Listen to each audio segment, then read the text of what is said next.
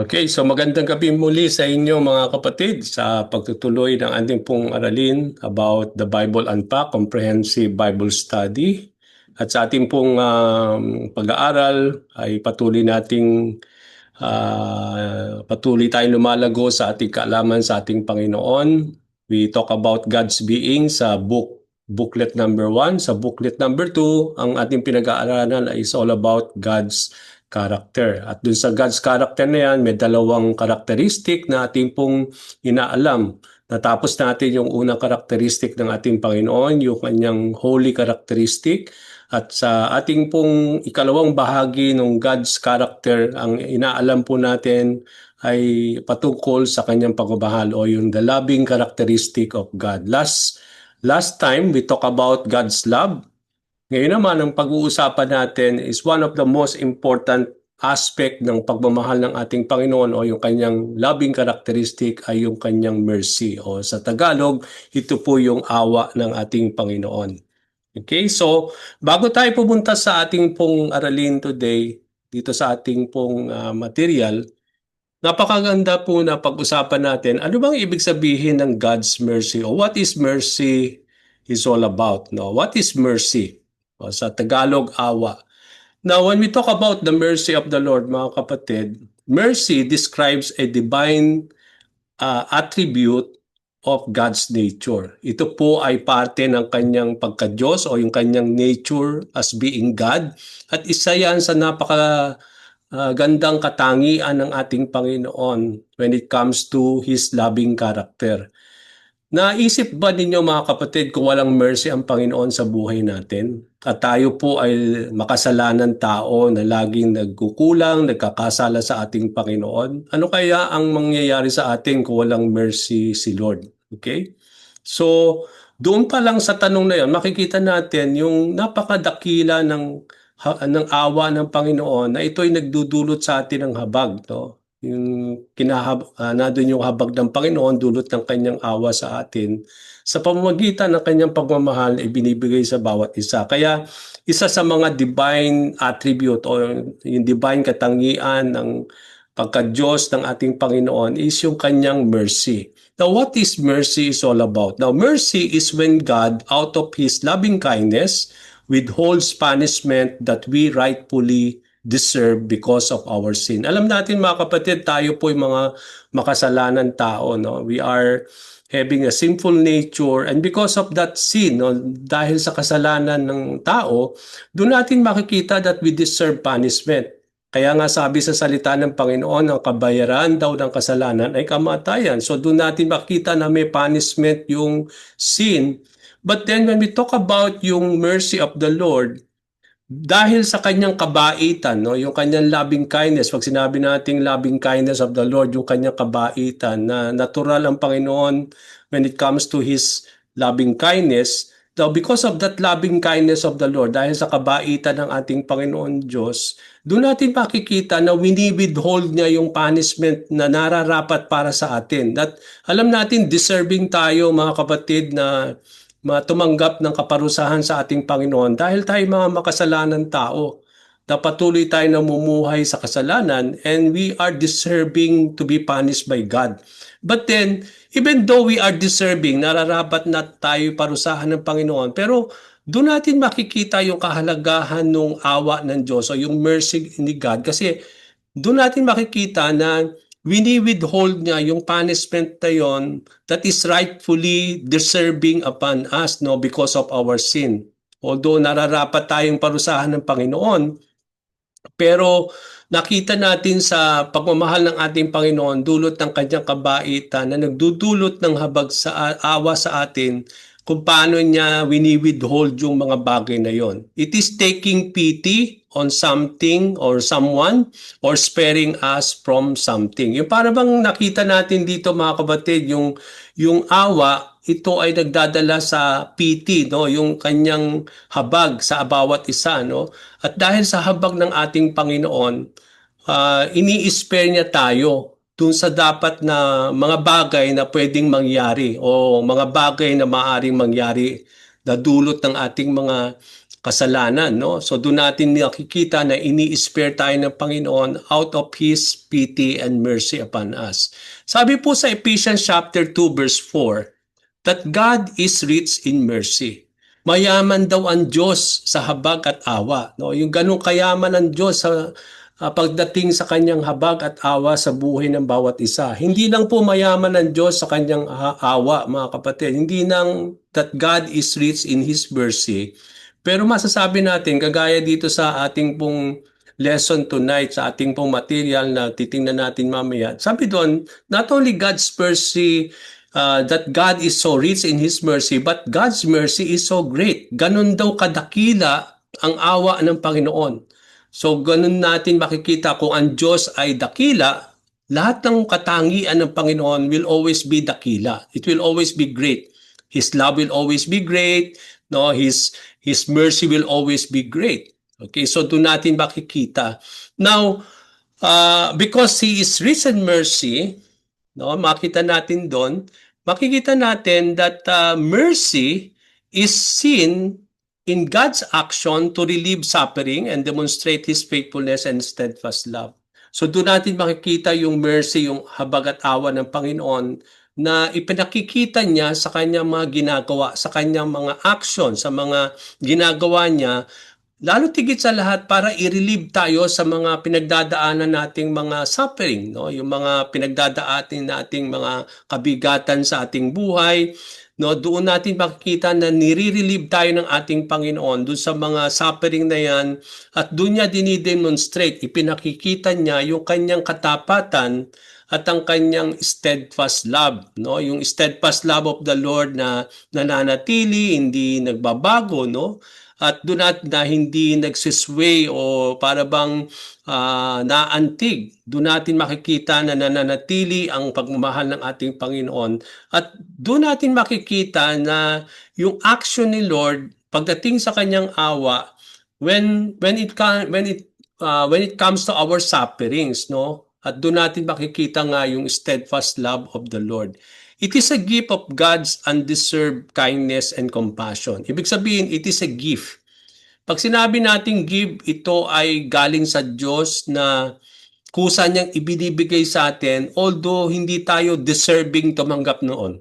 O kaya gift siya lagi na dapat nating tanggapin na may pasasalamat, na it is a gift of God's undeserved kindness, no? Na hindi tayo karapat-dapat tumanggap ng kindness kay Lord, hindi tayo karapat-dapat tumanggap ng compassion from the Lord because we are undeserving people because of our sins. But then, because of His mercy, ito'y kusang ibinibigay ng Panginoon, no? Because of His love for us, because God is love, dahil ang Diyos daw ay pag-ibig, and because of that pag-ibig na ang nature ng Panginoon ay pagmamahal, yung pagmamahal na yon ang nagdudulot ng kanyang awa sa atin, no? Kaya nga, even though we are undeserving, no, but then ipinakikita niya lagi yung kanyang kindness and compassion sa atin sa pamagitan ng kanyang habag at awa sa buhay ng bawat isa. So mercy is seen both on human level and when it comes to the divine level. So paano natin makikita yung mercy pagdating sa human level, and then also makikita din natin yung mercy in the divine level of God. Okay, on a human level, sa level ng tao, mercy is the benevolent or compassionate treatment of someone suffering in need. Okay, kaya nga sa ating po, pag sa ating human level, pag sinabi nating awa, kapag nakakakita tayo ng isang tao na nagsasuffer ng may pangailangan, nandoon na yung dahil because of our mercy, no, because of the mercy that we have, ito yung parang benevolent or yung compassion na ibinibigay natin sa isang tao na nagdudusa, lalo tigit sa lahat sa isang tao na nangangailangan.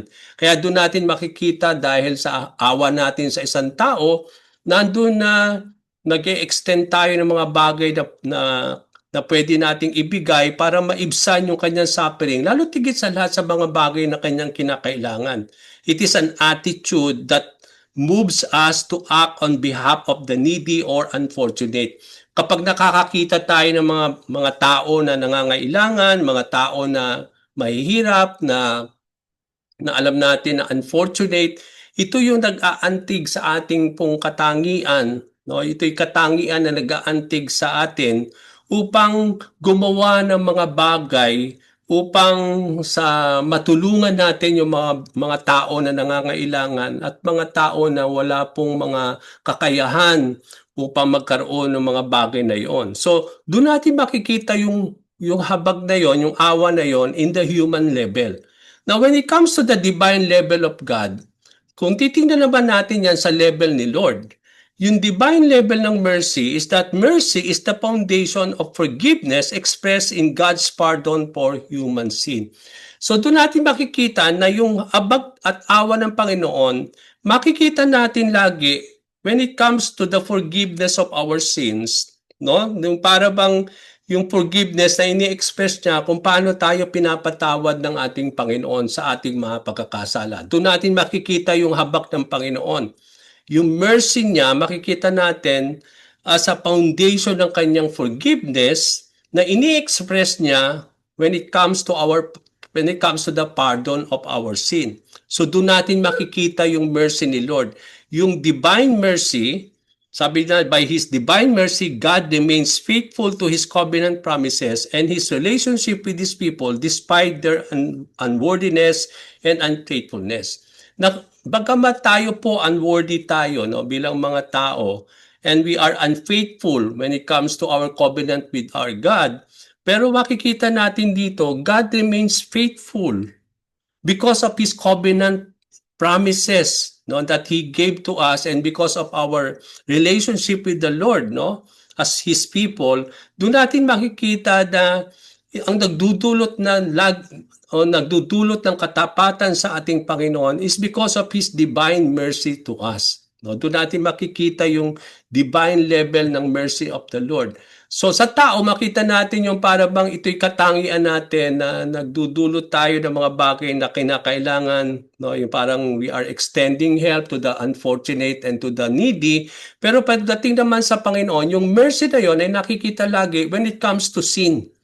Yung para bang lagi tayong pinapatawad ng Panginoon, lagi doon na nandun lagi yung forgiveness ni God when it comes to our sin, no? Doon natin makikita lagi yung divine mercy of the Lord when it comes to His mercy as being His people. Okay? Now, God's mercy shows His leniency. He withholds punishment from sinner even though they deserve it.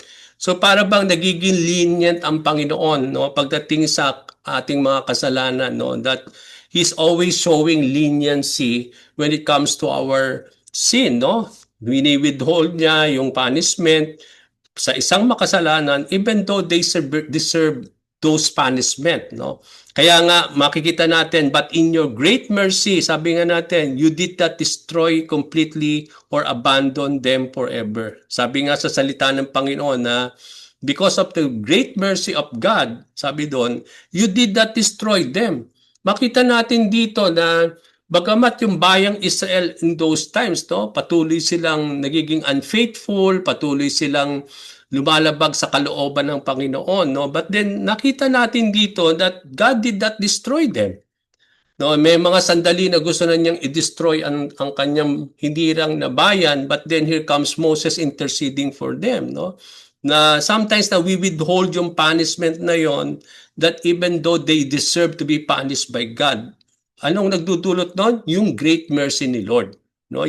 Kaya sometimes we are not destroyed because, and we are not abandoned by God, is because of His great mercy for us.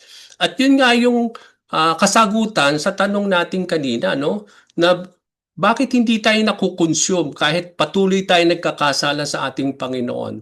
It's because sabi nga dun sa word of the Lord that His mercy is made new every morning of our lives. Na nandun lagi, no? Maasahan natin lagi yung awa ng Panginoon kung patuloy tayong magsasaliksik sa Panginoon, magpapakumbaba, at patuloy na humihingi ng tawad sa ating Panginoon. Mararanasan natin lagi yung great mercy of the Lord.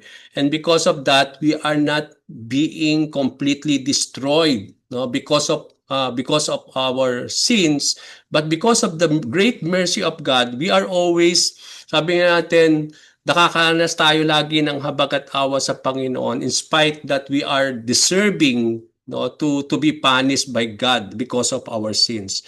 So yung God mercy also causes Him to give good gifts to those who are undeserving. No, kasi may kinalaman ng mercy when it comes to His grace. At makikita din natin yan mamaya sa lesson natin dito sa material natin na may kinalaman, may relationship ang mercy when it comes to the grace of the Lord. Because I believe that yung mercy of the Lord, what causes Him to give us things that even though we are not deserving to be given by that things, yun ang tinatawag nating grace, no? Pag sinabi natin grace, yun yung unmerited favor na binibigay sa atin ng Panginoon, na in spite na hindi tayo karapat-dapat tumanggap ng kahit anumang bagay sa Panginoon, makikita natin yung grace ni Lord na ibinibigay pa rin ni Lord yon. At yung grace na yan, makikita natin sa awa ng Panginoon. It is God's mercy that causes God to give us something that we are undeserving, no? Because of His grace. Kaya mercy is always related to His grace. Yung unmerited favor. Nakita natin that Jesus Christ is the fullest expression of God's mercy. Bakit natin sinasabi na yung fullest ng mercy of the Lord ay makikita natin sa pamamagitan ni Jesucristo?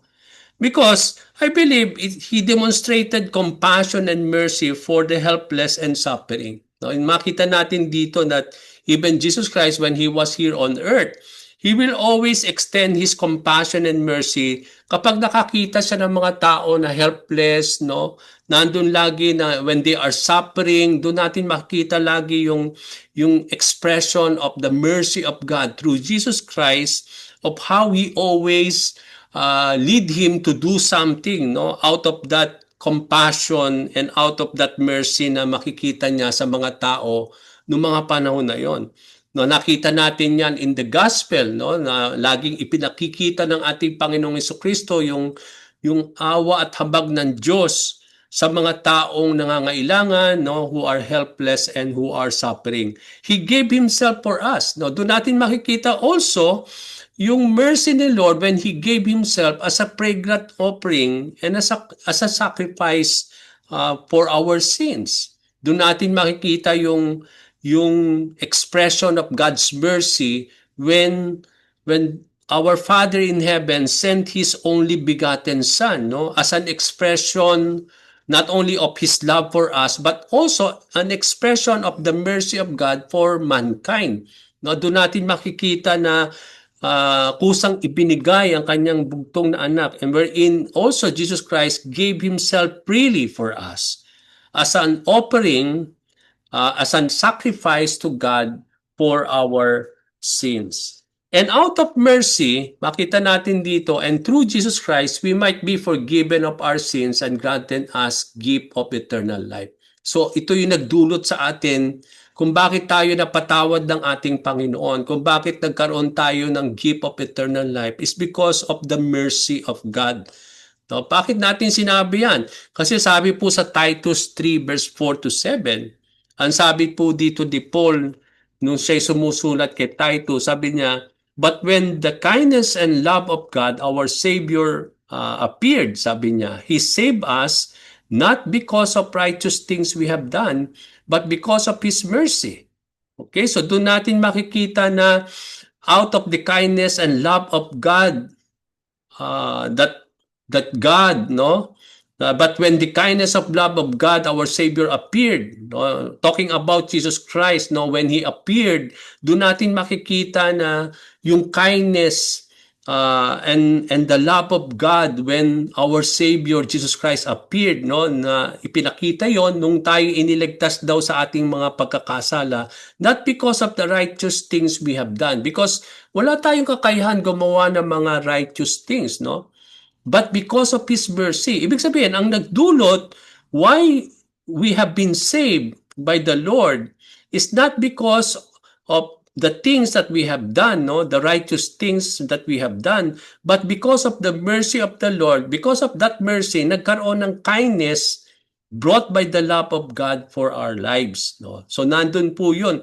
Ibig sabihin niya sa Titus, ito ang nagbibigay sa atin ng katotohanan na tayo naligtas out of the mercy of God. No? Kung walang mercy of the Lord, I believe there will be no salvation at all. And I believe makita natin dito because of His mercy, He saved us, sabi doon, not because of the righteous things that we have done. He saved us to the washing of the rebirth and, sabi doon, renewal by the Holy Spirit, whom He poured out on us generously through Jesus Christ our Savior, so that having been justified by His grace, we might become heirs having the hope of eternal life. So, dito natin makikita kung paano napakadakila ng habag at awa ng ating Panginoon na nagdulot ng kaligtasan sa bawat isa sa atin, no? That we have been justified out of His grace para maging heirs daw tayo, maging tagapagmana, having the hope of eternal life. So God's mercy not only forgives and saves us, but also withhold the punishment we deserve. Doon natin makikita na yung mercy ng the Lord will always lead for the forgiveness of our sins, and that mercy will always lead us to be saved by God. No? Nandun yung because of yung awa ng Panginoon, handa siyang magpatawad sa ating mga kasalanan. Dahil sa awa ng Diyos, handa siyang sagipin tayo sa anumang klaseng salvation. But also, yung God's mercy, ito po ay makikita natin nung sabi ko nga kanina, kapag wini-withhold niya yung mga punishment, no, that is due for us, no, yung that we deserve, that we need to be punished by the Lord, but then because in spite that we are worthy or deserving punishment from God, pero makita natin doon na wini-withhold yun ng Panginoon. And that is the mercy that we can see from our God. So the Bible calls believers in Christ to love mercy and be merciful just as your Father is merciful. Kagaya nung pinag-aralan natin yung holiness of God, no? Because God is holy, we are called to be holy as well. The same thing when it comes to the believers in Christ, no, that we need to love mercy. Why we need to love mercy and we need to be merciful? Because sabi sa salita ng Panginoon, because our Father is merciful, and as children of God, dapat we need to be merciful also. We need always to express mercy sa ating pong sa bawat isa, sa ating relasyon sa bawat isa. Gayon din, we need to extend mercy sa mga tao na talagang makita natin who are helpless, who are unfortunate, na doon natin makikita yung wherein we are, yung may mga bagay tayong ginagawa para makatulong, maibsan yung mga pangailangan at mga dinadanas ng tao. So they must show the same mercy and compassion toward one another that God demonstrates toward them. So kung ano yung daw na nakita nating pamantayan na ibinigay ng Diyos sa bawat isa, ganun din daw dapat ang pamantayan kung paano natin ito ibibigay sa tao at sa kapwa. So nakita natin yung pagmamahal, no? Kung paano napakadakila ng pagmamahal na naranasan natin sa ating Panginoon Diyos. At ganun din dapat yung pagmamahal na ibibigay natin sa kapwa at sa bawat isa, no? Last time we talk about the characteristic of God's love. It is, sabi natin, unconditional, it is sacrificial love, no? A love that transform. So kung yun yung nakita nating pagmamahal sa ating Panginoon Diyos, then yun din daw dapat ang ini-extend nating pagmamahal sa tao at sa bawat isa. So when it comes to the mercy of the Lord, ganun din. It is the same mercy and compassion that we receive from God, that it should be also done, no, with other people, and it should be done for one another. Napaka one-sided naman, mga kapatid, kung tayo po kinakahabagan tayo ng Panginoon na nandun lagi yung awa at habag ng Diyos sa atin, tapos hindi tayo marunong magkaroon ng habag at awa sa kapwa. So para bang hindi tayo makikita na, para bang doon natin makikita na kung paano tayo nakatanggap ng pagmamahal, ng habag at awa sa Panginoon, at hindi tayo marunong magmahal at handang magbigay ng habag at awa sa mga tao, no? Kaya napaka-importante po na sinasabi ng Panginoon that we need also to show that kind of mercy that we have received from the Lord, no? At yung degree na yon, yung pamantayan na yon, ang siyang ibinibigay natin sa bawat isa at sa mga taong nangangailangan noon. So God being merciful basically means that when we deserve punishment, He does not punish us and bless us instead. Instead na punishment ang ibinibigay sa atin ng Panginoon, it is always out of His grace. And when it comes to the grace of the Lord, nandun lagi yung blessing, no? Instead na punishment ang ibigay sa atin ng Panginoon that is deserving for our sins. But then instead of that, because of the mercy of the Lord, yung blessing ang natatanggap natin. And that is what grace is all about. And mercy is the withholding of a just condemnation. Kaya nga sabi doon, out of our faith in the Lord, we have been saved from condemnation. And that is brought by the mercy of the Lord. And God's mercy is always rooted in His love for us. He is merciful God because of His love, because God is love. Okay, so let's go now to our manual po, no? Sabi dito sa ating pong manual, God is merciful. In-establish na natin yan kanina as an introduction. Makikita natin dito na is one of the divine attribute of God's nature is His mercy. So, doon natin makikita na yung nature ni God is yung when it comes to His mercy, because God is merciful. Okay, sabi po sa Deuteronomy chapter 4 verse 31, this is Moses when he was when he was talking and revealing God to the Israelites, no? Ang sabi niya nung nire-reveal niya ang Diyos sa mga Israelita, paano niya ni-reveal ang Diyos sa kanila? Ang sabi niya, the Lord your God is a merciful God. So, ni-reveal niya dito kung sino ang Diyos as a merciful God. He will not abandon you, destroy you, or forget the promise to your ancestors that He swore He would keep.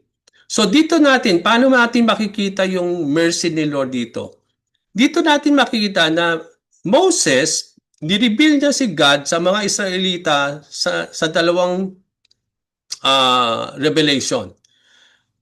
When you talk about yung sabi niya dito, the Lord your God is a merciful God.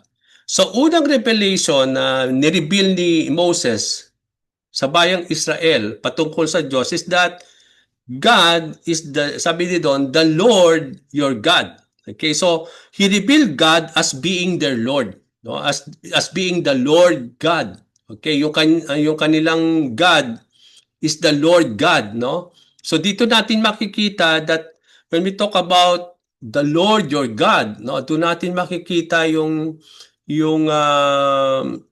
when it comes to Him as being our God, no, that when we talk about Lord God, doon natin makikita na double yung not only He is God but He is the Lord God, no, yung when it comes to the Old Testaments, lagi ninyo makikita doon na may kaduktong lagi na yung Lord may kaduktong God, na Lord God, no, and the Lord your God is a merciful God, no? So the Lord is your God, sabi nga natin.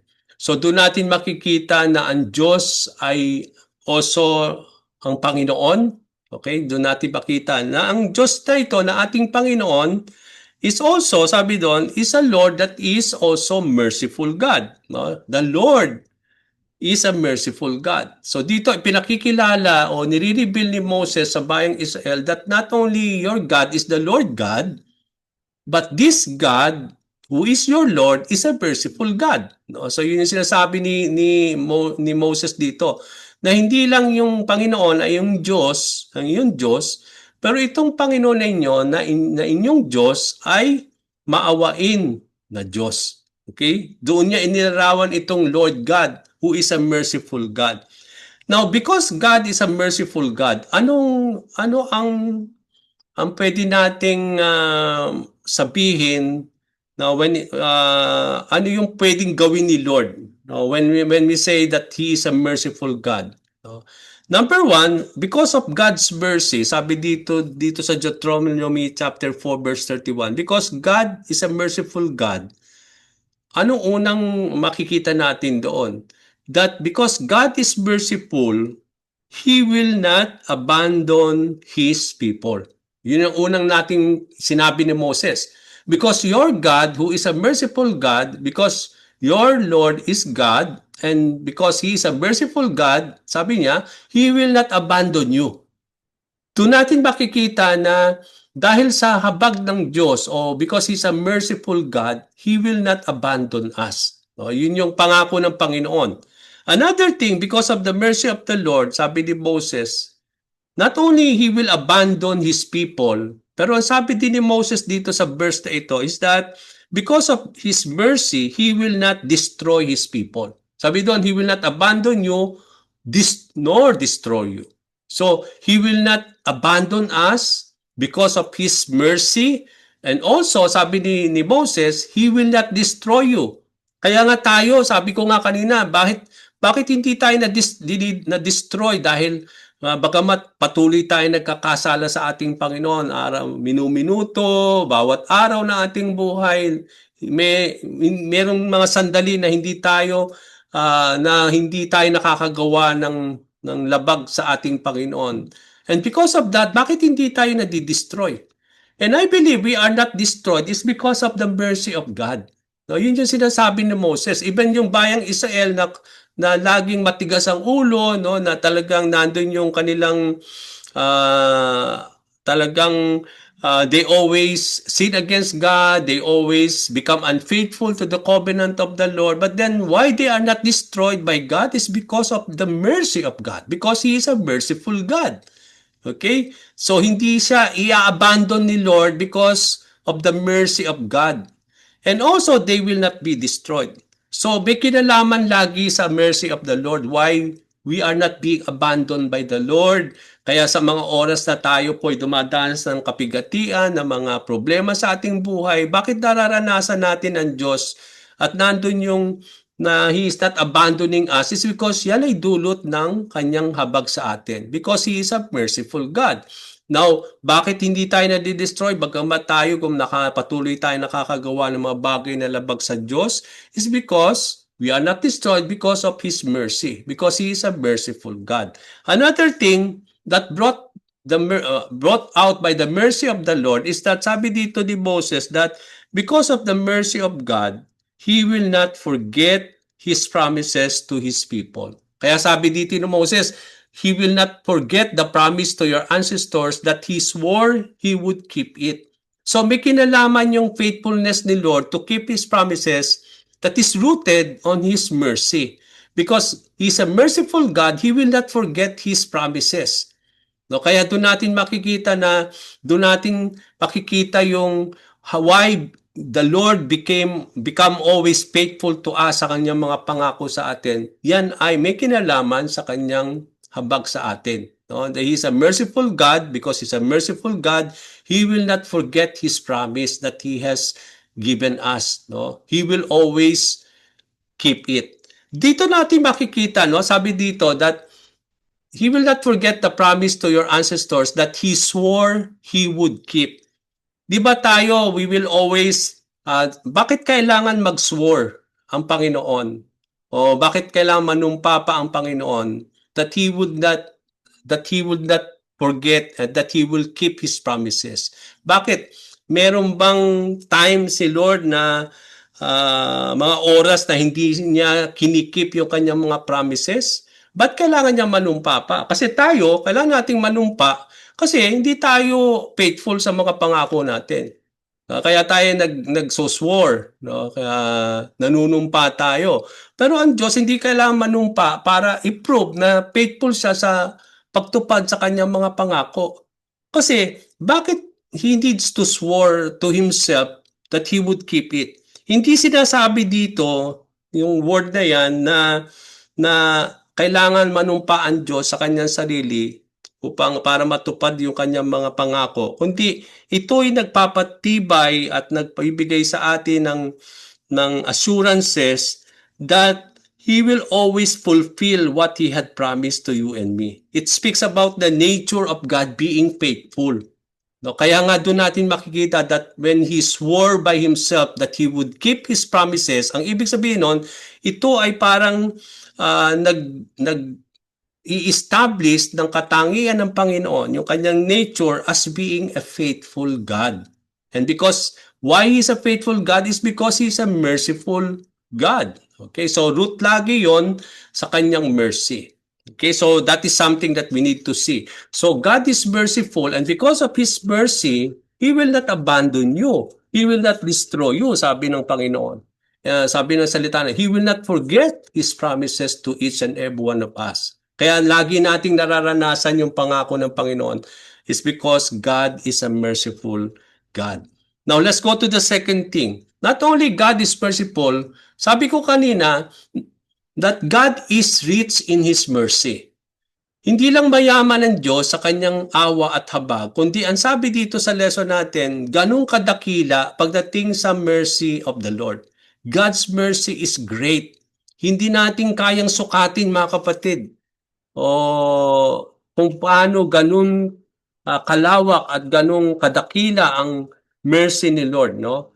Kaya sabi po sa Psalm 25 verse 6, ito po si David nung siya ay nakikipag-usap sa ating Panginoon Diyos, o sa kanyang pakikipagtipan sa Panginoon. Ang sabi niya sa Diyos, because of your great mercy, I come to your house, O Lord, and I am filled with wonder as I bow down to worship at your holy temple. Okay, so ano na makikita natin dito? Dito, makita natin that David revealed how great is the mercy of God. Nire-reveal ni David dito sa kanyang covenant relationship sa Panginoon. Nire-reveal ni David kung paano napakadakila ang kanyang habag, no? Because of your great mercy. And because of the great mercy of the Lord, ano yung response niya? Na dapat ganun din ang ating response sa great mercy ni Lord. Sa ating buhay, nararanasan natin lagi bawat minuto yung great mercy of God. Now, ano ang respond natin ngayon dun sa great mercy of the Lord? Kay David, because naranasan niya lagi yung great mercy of the Lord, sabi niya, I will come to your house, Lord, and I am filled with wonder as I bow down to worship at your holy temple.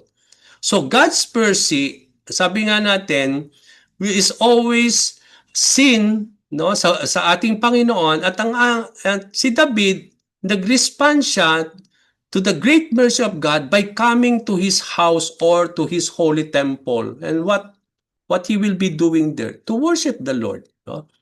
Kaya nga sa ating buhay, our response to God's mercy, mga kapatid, is to bow down to worship Him. Kayo nang sabi ni David, no? That I will come to your house and I will bow down to worship at your holy temple. So, yung great mercy of the Lord should always lead us to bow down and worship the Lord. So, because of the mercy of the Lord, ang ating response dun sa mercy na yan na napakadakila is that patuloy tayong magbabow down in worshiping our God. No? We are to thank and praise God for His great mercy for us. Ipagpasalamat natin at purihin natin ang ating Panginoon Diyos sa kanyang mercy at habag sa ating buhay, no? Because it is a mercy that is so great. Okay? So number 3, sabi dito, along with being merciful, God is gracious. In-establish natin kanina yan. Yung mercy ni Lord may kinalaman lagi sa kanyang grace. Because mercy is an unmerited favor extended by God to the undeserving.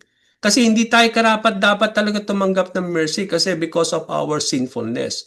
But because God is gracious and because He's a gracious God and out of His grace, nakaka-receive tayo ng mercy. And that mercy is an unmerited favor out of His grace na ibinibigay at pinapakita ng Diyos sa bawat isa sa atin. Even though undeserving tayo tumanggap nun. Even though makasalanan tayo, pero nakikita natin, nararanasan natin yung awa at habag ng Panginoon because He is a gracious God. So may kinalaman lagi yung grace na associated lagi yung mercy when it comes to the grace of the Lord.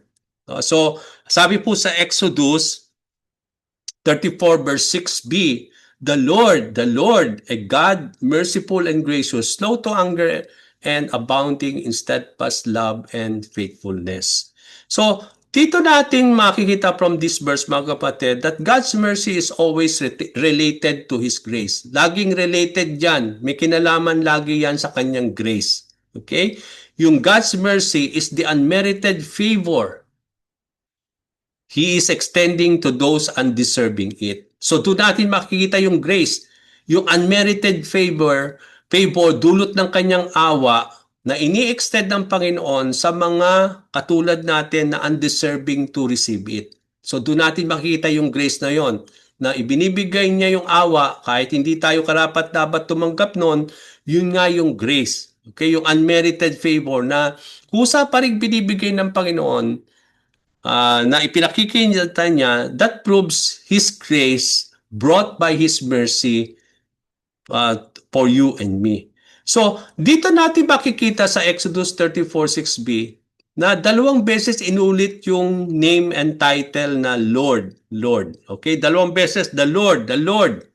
Okay? And God, merciful and gracious. So, twice in this verse, the name and title Lord was repeated, giving emphasis to God's divine being. Dito natin binibigyan ng emphasis ni Lord yung kanyang pagka-Diyos. Nasabi nung i-reveal na niya yung kanyang sarili kay Moses, inireveal niya yung kanyang sarili, the Lord, at inulit niya, the Lord. Okay? God, merciful and gracious, slow to anger and abounding in steadfast love and faithfulness. So God revealed Himself to Moses as a God merciful and gracious. Nireveal niya yung kanyang sarili kay Moses. Number one, that He is a God that is merciful. Pangalawa, that He is a God who is gracious.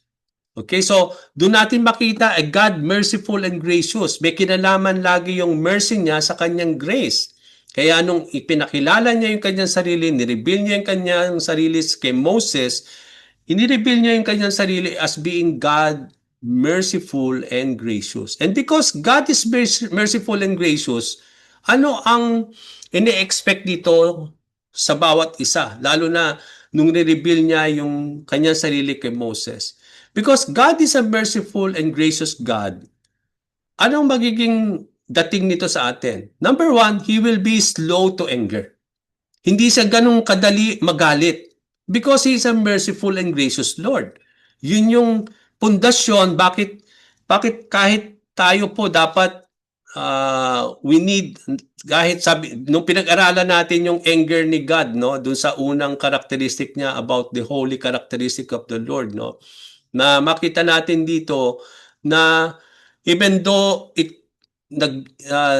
there is the anger of God, no, because of our sin na pinuprovoke natin yung anger ni Lord, no, out of His holiness. Pakita natin dito, but in spite of that, He's still slow to anger. No, hindi siya yung madaling magalit. No, why is because He is a merciful and gracious Lord. So another thing about God being merciful and gracious, not only He is slow to anger, pero because He is merciful and gracious, sabi doon, He is abounding in steadfast love. No, so doon natin makita doon na He is not only slow to anger because He is a merciful and gracious God, but because He is rich in mercy and He is a so gracious Lord, He will abound in His steadfast love. Okay? Now, and also sabi doon, He will abound in faithfulness. That He is abounding not only in steadfast love, pero sabi doon, also in faithfulness. Yung the word abounding, no? Pag sinabi nating abounding, ito yung abundant or providing great and plentiful. Yung para bang sabi nga ninyo, siksik liglig, no? Yun, abounding, talagang siksik, talagang liglig yung pagmamahal ng Panginoon sa atin, yung kanyang katapatan, no? Ganung ka-steadfast yon, yung hindi nagbabago, hindi nagsishaken, no? Talagang nag-a-abound siya in sabi nga natin na talagang umaapaw yung pagmamahal at ang katapatan ng ating Panginoon. Why? Is because He is a God that is so merciful and gracious. Okay? Now, ini-expect natin dahil ang Diyos ay mahabagin and He is a gracious God, He will always be slow to anger. He will be always abounding in His steadfast love. He will always abound in His faithfulness. And number 4, ang sabi dito sa lesson natin, God is compassionate. So because He is a merciful God, nandun lagi yung kanyang compassion. So may kinalaman lagi din na yung kanyang mercy, hindi lang sa grace, kundi yung mercy na yon is always brought by His compassion. No, dahil He is a compassionate Lord, it always leads Him to be merciful. Okay, so sa James 5:11b, you have heard of God's endurance and you have seen the Lord's purpose, that the Lord is full of compassion and mercy. So ano sinasabi dito ni Santiago, ni James? Now, God's mercy is also related to His compassion. Sabi ko nga kanina, may relationship din yan pagdating sa kanyang compassion. His compassion is always expressed in His mercy. Okay, dahil nandun yung compassion ng Lord, ito ay magdadala sa kanyang mercy. Okay, kaya makita natin kay Jesus Christ kanina, no, sa gospel, kapag nakakita siya ng helpless people, mga taong nagsasuffer, nandun yung maaantig yung kanyang compassion at yung compassion na yon ang magdadala sa kanya to do action out of His mercy. Okay, yun mag-uumpisa sa compassion at yung compassion na yon ang magdadala sa kanyang mercy. So, doon natin makikita na yung si Santiago, nagsinet niya yung example of Job's endurance to emphasize that the Lord is full of compassion and mercy. Paano niya in-establish na si Lord daw ay punong-puno ng compassion at habag? Hinalintulad niya ito sa buhay ni Job. Nung nag-endure si Job, nung mga panahon na yon, no, alam natin yung kwento ni Job, no? Na in spite sa kanyang naranasan at that time, nag-endure siya. And because of that endurance na ipinakita ni Job, no, makita natin dito, sabi dito, that out of that endurance of Job, doon natin makikita, doon natin ini-emphasize yung the Lord is full of compassion and mercy. Not only it established God's mercy and compassion as His response to Job's endurance, dahil nga nag-endure si Job sa kanyang affliction, nung kanyang dinadanas at that time, at because of that endurance, ang sinuklian ito ng Panginoon ng kanyang compassion and mercy. No? But also, makita natin dito, sabi niya, that you have seen the Lord's purpose. Ibig sabihin, yung affliction ni Job, may purpose pala si Lord. Okay? At doon daw ipakikita ni Lord, doon sa purpose na yon, yung kanyang compassion and mercy. So ano sinasabi nito sa buhay natin? Ibig sabihin, kapag tayo dumadanas sa mga affliction, kagaya ni Job sa buhay natin, may purpose pala yon. Doon daw natin makikita yung purpose ni God that will always lead to His compassion and mercy. No, out of that affliction na dinadanas natin sa ating buhay, doon daw natin makikita sometimes yung purpose ni Lord sa buhay natin. May purpose pala yung mga afflictions natin. May purpose pala yung mga sufferings natin. At doon sa purpose na yon, na kung paano tayo pinadaan ni Lord sa mga ganon, doon pinakikita ni Lord daw yung kanyang compassion and mercy if we know how to endure yung mga affliction na yon. Now, why we are able to endure? Bakit natin na-endure yon? Because of His compassion and mercy. So, doon natin makikita, may kinalaman uli yung compassion ni Lord at yung mercy na nandun yung na-endure natin yung mga dinadala natin, mga bagay na ating pong dinadana sa ating buhay that speaks about the purpose of God in our lives, na may layunin ng Panginoon sa mga bagay na yon. At doon din daw natin makikita yung compassion and mercy na magbibigay sa atin ng endurance upang mapapagtagumpayan natin yung lahat ng bagay na yon, na because of His compassion and because of His mercy. So, God, because He's a merciful God, He will always be compassionate. Dahil merciful God siya, mararanasan natin lagi yung kanyang compassion. And because of sabi dito, due to His mercy and compassion, dahil He is a merciful God and there is this compassion of the Lord, God is long suffering. Now, ano bang ibig sabihin ng long suffering, mga kapatid? So, ang ibig sabihin ng long suffering is that yun yung patience ni Lord. Pag sinabi nating long suffering, ito yung patience. So, long suffering means having patience. Okay? It also means long-tempered. Yun nga, dahil he is slow to anger, no? God will always be long-suffering, or He will always have patience. So it reveals the nature of not too quick to take retaliation or to punish. Hindi siya ganun kadali magpanis o magparusa, hindi siya ganun kadali or quick to retaliate. Yun ang ibig sabihin ng long-suffering. Kaya doon natin makikita that God is so patient with us eh. And that patience is brought by His mercy and His compassion to us. No? Because of His mercy and compassion, sabi doon sa lesson natin, God is patient. God is long-suffering. Okay? So this passage leads to Israel's apostasy.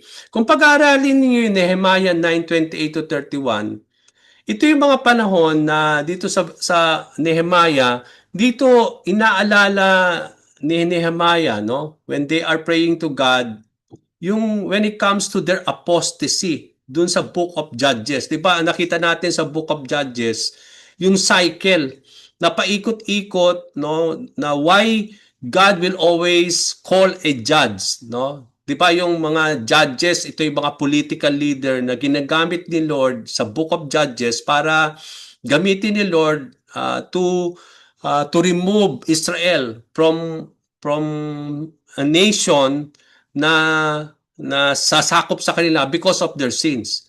Okay, so makita natin yung bakit cycle siya? Kasi makita natin na dahil ang Israel ay likas na laging makasalanan sila, they always forget their faithfulness, no, to the Lord. Naging unfaithful sila lagi sa covenant nila kay God, no, lagi silang nagsasamba sa Diyos-Diyosan, and because of that thing, no, because of that, ang gagawin ni Lord, hahayaan niya ang Israel na masakop ng mga kanilang mga kalaban or mga nations. So yun yung makikita natin sa Judges, no? Now, habang sila ay nasakop, no, when they are in oppression, no, under a nation, no?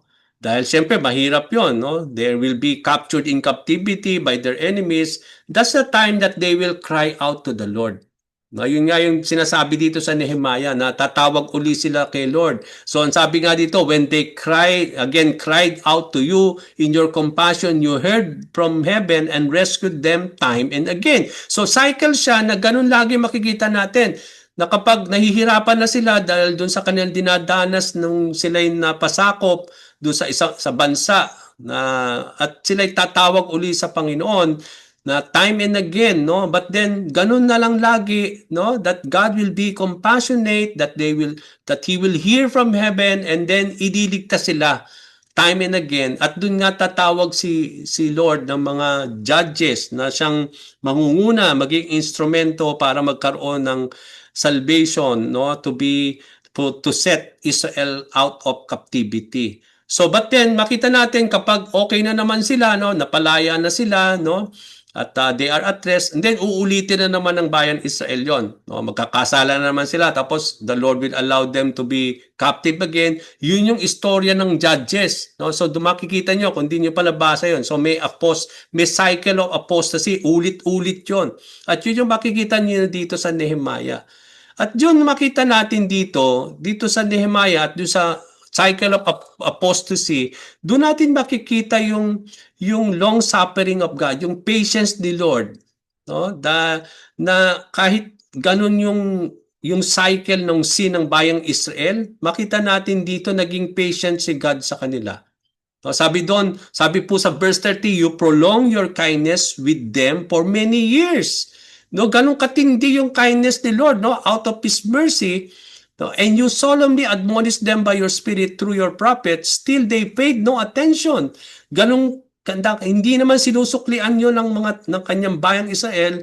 So you delivered them into the hands of the neighboring peoples. However, due to your abundant mercy, you did not do away with them altogether. You did not abandon them, for you are a merciful and compassionate God.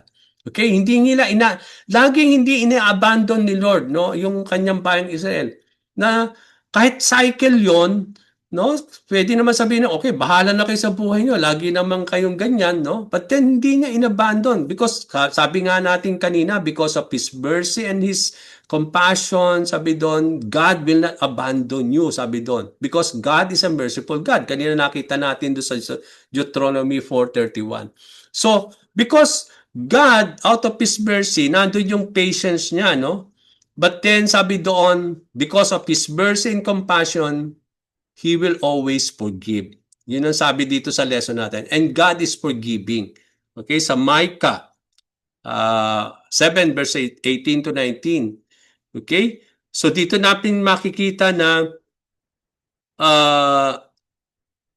that due to God's mercy and compassion, God will always forgive. Ang sabi dito, who is like God? Who is a God like you? You forgive sin and overlook the rebellion of your faithful people. You will not be angry forever because you would rather show mercy. You will again have compassion on us. You will overcome our wrongdoing. You will throw all our sins into the deep sea.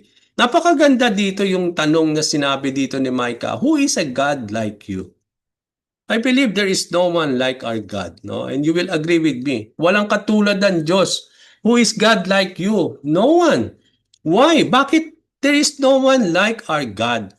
Because come to think here, sinagot ni Micah, no? Why there is no God like the Lord? Because you forgive sin and overlook the rebellion of your faithful God. Why there is no one like the Lord? Because He always forgives, no? And overlook the rebellion of His people. No, kahit nagiging rebelde yung kanyang mga bayang hinirang niya, but then He will not overlook yung kanilang rebellion, but but God will always respond out of His mercy that is willing even to forgive them, no, in spite of the rebellion to the Lord. So natin makikita that He forgives sin and overlook the rebellion of His people. He will not be angry forever. Na pinag-aralan natin yung anger of the Lord last time. He is slow to anger, but even though He will be angry, He will be an angry that He will not last forever. So hindi siya yung panghabang buhay na galit, no? He will not be angry for. Yes, He will become angry, but His angry will not forever. It will not last forever. Because you would rather show mercy. Bakit His anger will not last forever? Ang sabi dito, because you would rather show mercy. So may kinalaman sa kanyang mercy. Why He is slow to anger? Why His anger will not last forever? Because He is a merciful God. Okay, yun yung sagot doon. So you will again have compassion on us, sabi doon. So it means to say, as I end, He will have compassion again and again and again. So nandun lagi yun, no?